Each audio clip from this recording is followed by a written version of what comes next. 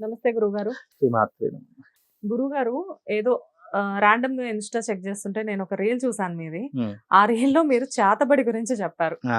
అది నాకు తెలిసి ఎప్పుడో ఓల్డ్ వీడియో అనుకుంటా. హ్మ్. సో, నేనది చూసి గురువుగారు ఇలాంటి వీడియోస్ గూడా బాగా చేస్తున్నారే అని హ్మ్. చెప్పేసేసి అనుకున్నాను. హ్మ్. నిజంగానే చేతబడులు ఇలాంటివి ఉంటాయా గురువుగారు? 100% ఉంటాయండి. ఉండకపోవడానికి రీజన్ ఏం లేదు గదా! ఇప్పుడు రామాయణ కాలంలో చూసుకుంటే మేఘనాదుడున్నాడు. ఆ! మేఘనాదుడు రావణాసురుడి యొక్క కొడుకు. ఆ! మా తాంత్రిక విద్యల్లో నిష్ణాతుడు. హ్మ్. మాయావి. హ్మ్. ఆయన మాయలకు రాముడు సైతము ఒరిగిపోయినటువంటి దాఖలాలు మనకు రామాయణంలో కనిపిస్తాయి. హుహు. అలాగే ఘటోత్కచుడున్నాడు. హ్మ్. మాయావి. మంత్రశాస్త్రంలో, యంత్రశాస్త్రంలో, తంత్రశాస్త్రంలో చాలా నిష్ణాతుడు. హ్మ్. ఎవ్వరినైనా సరే వశపరుచుకునేటటువంటి గొప్ప కేపబిలిటీ ఉన్నటువంటి వ్యక్తి. హ్మ్. అలాగే మేఘనాథుడు గూడా అదే కేటగిరీకి సంబంధించినవాడు. ఇలా రామాయణ, భాగవత పురాణాలలో గనక చూసుకున్నా, వేదకాలం నాటికి చూసుకున్నా, ఇవన్నీ కూడా మంత్రశక్తిలో ఉన్నటువంటి గొప్ప నైపుణ్యాలు ఇవన్నీ కూడా. హ్మ్. అంటే మంత్రము ద్వారా దేనినైనా వశపరుచుకునేటటువంటి శక్తి సామర్థ్యాలు ఒక మంత్రానికి మాత్రమే ఉన్నాయి. హ్మ్. వశీకరణ అన్నదానికి అర్థం ఏంటి? ఎవరైతే మనల్ని ఇష్టపడటం లేదో, లేదా ఎవరైనా మనల్ని ఇష్టపడినటువంటి వారిని మనం వశం చేసుకోవాలి అని అనుకున్నామో, హ్మ్. అలాంటి వారి మీద ఎక్కువగా ప్రయోగం చేసేటటువంటి విధానాలే వశీకరణ ప్రయోగాలు. హ్మ్. అలాగే పూర్వకాలంలో శత్రువుల యొక్క దాడులు తెలుసుకోవడానికి, హ్మ్. శత్రువుల యొక్క రహస్యాలు తెలుసుకోవడానికి, హ్మ్. ఇలాంటి వశీకరణ ప్రయోగాలు చాలా విపరీతంగా వాడేవారు. కాదు అట్లా. గురువుగారు. జనరల్‌గా చాలా మంది పొలిటీషియన్స్ అసెంబ్లీలో ఒకళ్ళనొకళ్ళు విమర్శించుకుంటా ఉంటారు గదా! అవును. వాళ్ళెందుకు ఇలాంటివి చేసుకోవట్లేదు మరి? అయ్యో! అంటే వాళ్ళు చేసుకోలేకపోవడం గాదు. ఇది అంటే కొంతవరకు ఏమిటి అంటే గనక, అసలు మీరు అనుకున్నటువంటి ఉద్దేశ్యం ఏంటో నాకు తెలీదు గానీ, వశీకరణ ప్రయోగం అనేటువంటిది చిన్నది కాదండి. ఓకే. అది అంత ఈజీగా సాధ్యపడేటటువంటిది కూడా కాదు. ఆ!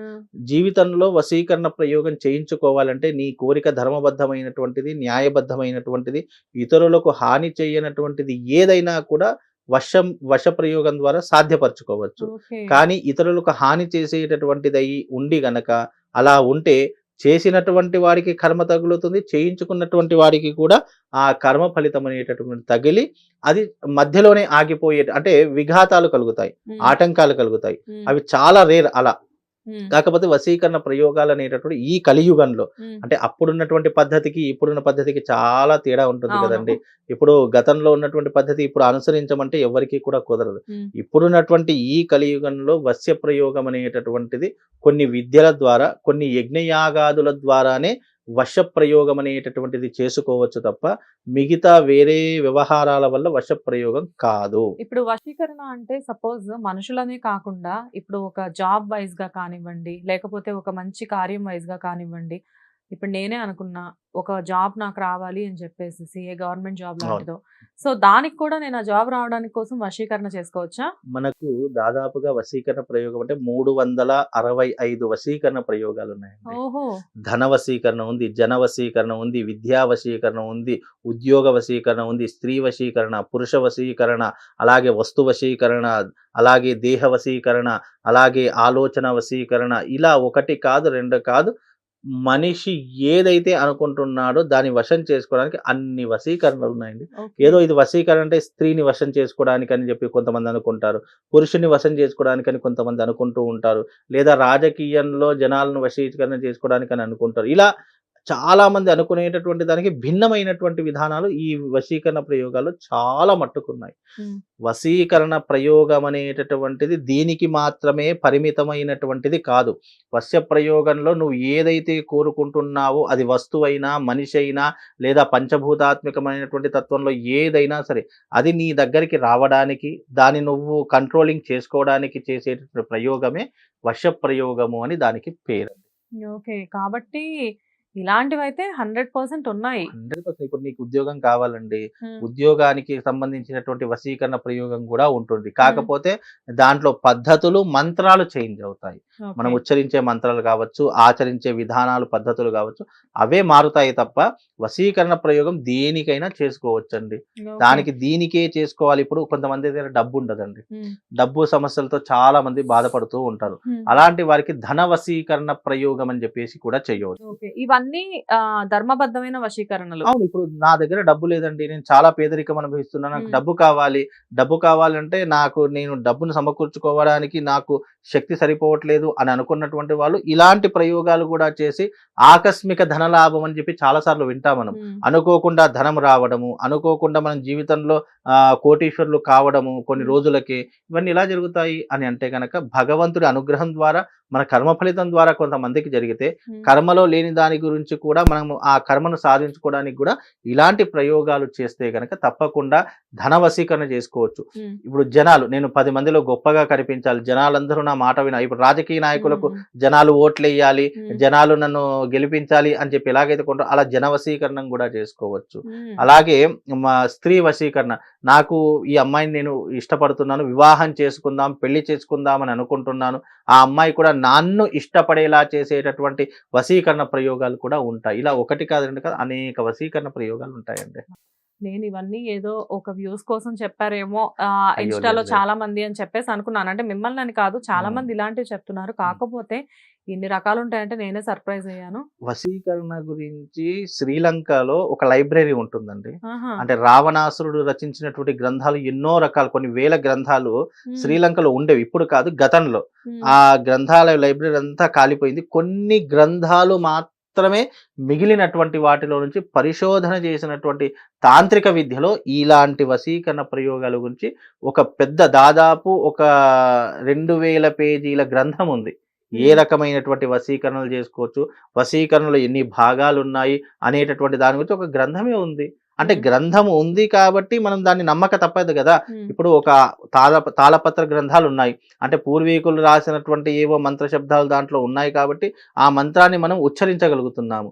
అలాగే పూర్వకాలంలో ఎంతోమంది ప్రయోగించినటువంటి తాంత్రిక విద్యలు మనకు ఒక గ్రంథం ద్వారా అందాయి కాబట్టి ఆ గ్రంథ నిరూపితం చేసినటువంటి విధానాలే ఈ తాంత్రిక విద్యలు. ఇంకోటి ఈ మధ్య కాలంలో చాలామంది ఇన్‌స్టాగ్రామ్‌లో గాని, సోషల్ మీడియాలో గాని అంటే మనలాంటి వాళ్ళని వాడుకొని చాలామంది మేము గంటలో వశీకరణ చేస్తామండి, ఒక రోజులో వశీకరణ చేస్తామండి, లేదా మీకు 24 గంటల్లో పని అయిపోతుందని చెప్పి చాలామంది మోసం చేసి డబ్బులు వేసుకుంటున్నారు. మీకు అంటే ఈ వీడియో ఎందుకు చెప్తున్నా అంటే నాలాంటి వాళ్ళ యొక్క వీడియో అంటే నేను అంటే మనం ఉన్నటువంటి వీడియో కూడా చాలా మంది వాడుకున్నారు. మీకు అది నేను చూపిస్తాను. నేను చూసాను అది. చూసారా? మనం చేసినటువంటి ఇలాంటి బ్లాక్ మ్యాజిక్ గురించి ఒక వీడియో అవును, చేసాము. చేసాము. వశీకరణ చేస్తామని చెప్పి ఆ వీడియో వాడుకొని చాలా మంది అలాంటి వీడియోలు వాళ్ళ ఇన్‌స్టాగ్రామ్ ఫోన్ నంబర్ పెట్టుకొని వాళ్ళ ఫోన్ నంబర్ పెట్టుకొని మన ఫోటో వాడుకొని చాలా మంది మోసం చేస్తున్నారు.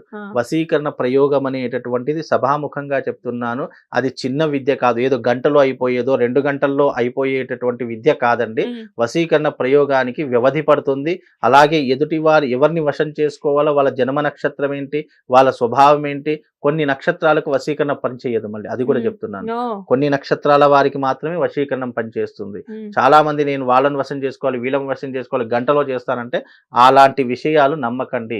మీ జీవితంలో వశ్య ప్రయోగం ఒక వ్యక్తి మీద చేయాలంటే ఆ వ్యక్తికి ఆ వశ్య ప్రయోగము పనికొస్తుందా లేదా, అతని మీద మనం చేసిన ఫలితం అతని మీద పని చేస్తుందా లేదా అనేటటువంటిది కూడా చెక్ చేసుకోవాల్సి ఉంటుంది.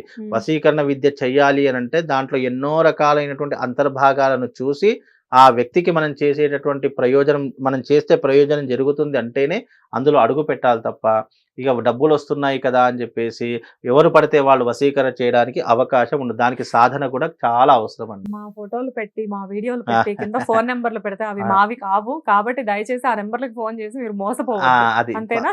ఫస్ట్ ఎంక్వైరీ చెయ్యండి. ఇప్పుడు కనీసము మన ఫోన్ నంబర్ కాదండి, వేరే వాళ్ళ ఫోన్ నంబర్ ఉంది. కనీసం డబ్బులు పే చేసేటప్పుడు కూడా కనీసం సుభాష్ శర్మ అని వస్తుందా లేదా అని కూడా గమనించకుండా మన ఫోటో వస్తుంది కదా అని చెప్పి గుడ్డిగా వేసేస్తున్నారు. దాదాపు అలా మోసపోయిన వాళ్ళు దాదాపు ఒక 20 లక్షల నుంచి 30 లక్షల డబ్బులు మోసపోయారు. నేను అక్కడ ఇలాగే వీడియో చేస్తున్నప్పుడు దాదాపు కింద ఒక 10 మంది వచ్చారు.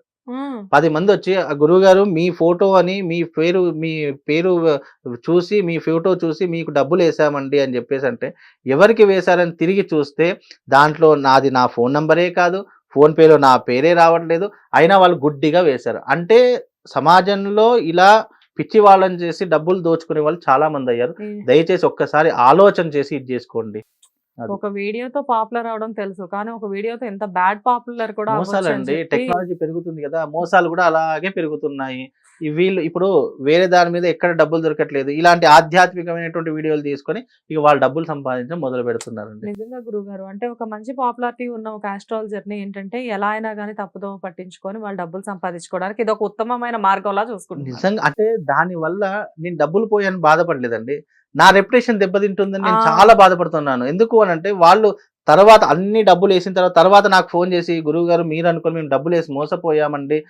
నేను మిమ్మల్ని కలవాలని చాలా మట్టుకు నేను ఎన్నో రకాల ప్రయత్నం చేశానండి. కానీ మీ వాళ్ళు కలవనివ్వలేదండి. ఇదిగో మేము వాళ్ళ శిష్యులని చెప్పేసి మమ్మల్ని కలవకుండా, మాట్లాడనివ్వకుండా డబ్బులు తీసేసుకున్నారండి" అనంటే నాకప్పుడు బాధ అనిపించింది. అయ్యో! మీరు వేసేటప్పుడైనా చూసుకోకుండా కనీసం మీకు అనుమానం వచ్చింది. కనీసం మాట్లాడే ప్రయత్నం చేసిన తర్వాత మీరు డబ్బులేసినా గూడా అయిపోయేది కదా!